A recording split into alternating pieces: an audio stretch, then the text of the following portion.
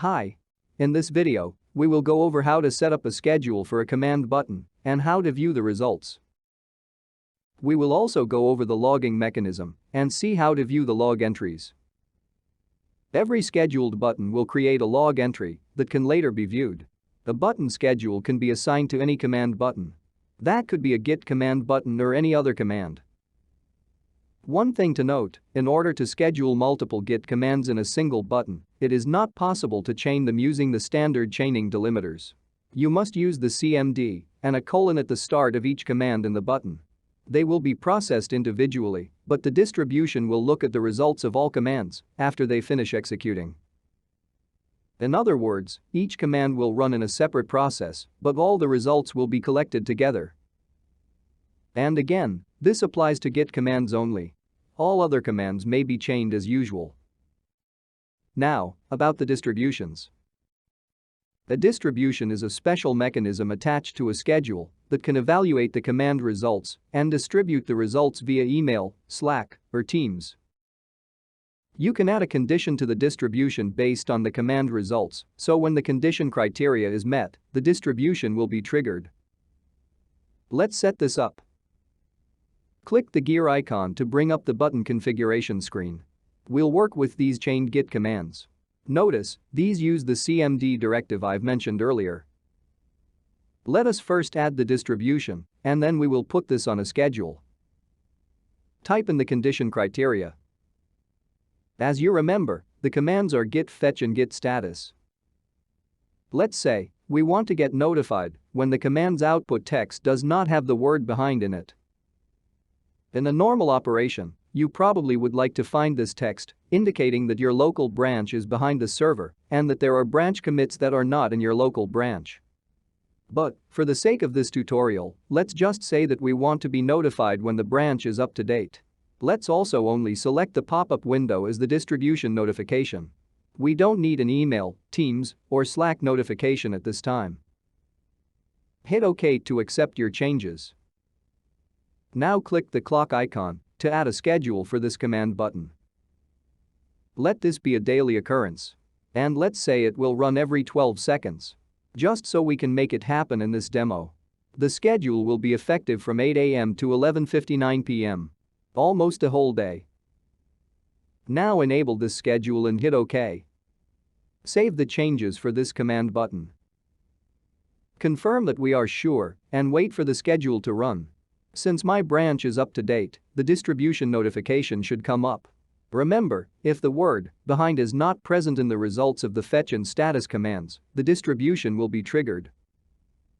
The output of all commands in this button will be consolidated, then evaluated to see if the distribution set of criteria is matched to that output collection. If so, that will trigger the distribution, passing the total consolidated output via the distribution mechanism. So for example, if we chose to get notified via email, all the command's output text would be sent to your email if the condition was satisfied. OK, about 12 seconds have passed and here is the notification. It contains the project name in green bold on top. It has the command name, date, and time the schedule ran. In the output criteria section, we have the search term we used. That is the word behind. And in red, we have the found or not found indicator we chose. Remember that we selected for the word behind not to be present anywhere in the output of the two Git commands. The distribution section shows you how the output was distributed. Scrolling down, we can see the original commands. The git fetch was the first to run. Its output is set as NA, indicating there was no output for that command. The next command is the Git Status Command. And you can see the output of that command. Going back to our earlier conversation, if for example, you wanted to be notified when your branch was out of date and behind the server, you would simply choose the criteria condition to come true if the word behind was found instead. To make it more informative, you could also add another Git command to display the last one or two commit messages. This way you could better determine if you want to pull those commits. Let's now disable this schedule so we don't get notified again. It was set to 12 seconds. Let us now look at the logs. Click on the View the Scheduled Command History button. Here are the last 1000 log entries of the scheduled commands. The available views are unfiltered, which is also the default view, distributed, which shows you only the commands that have a distribution attached to them. Not distributed.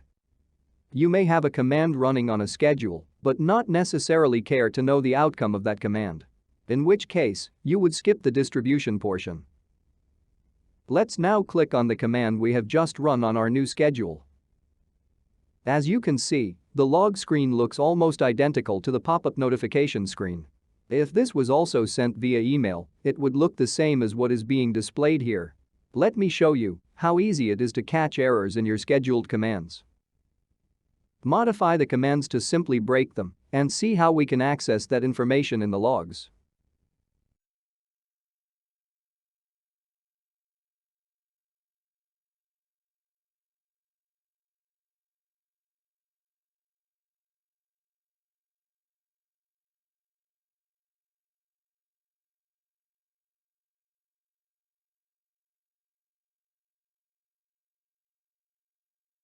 Let's wait for this command to execute. Okay, here it is. Scroll down to see the output. It is clearly indicated with a red error label, and you can see the mistakes you have made. Let's disable this schedule so we can inspect the logs without getting interrupted. Let me go back to the log view and filter the displayed results by errors. Here is our error log.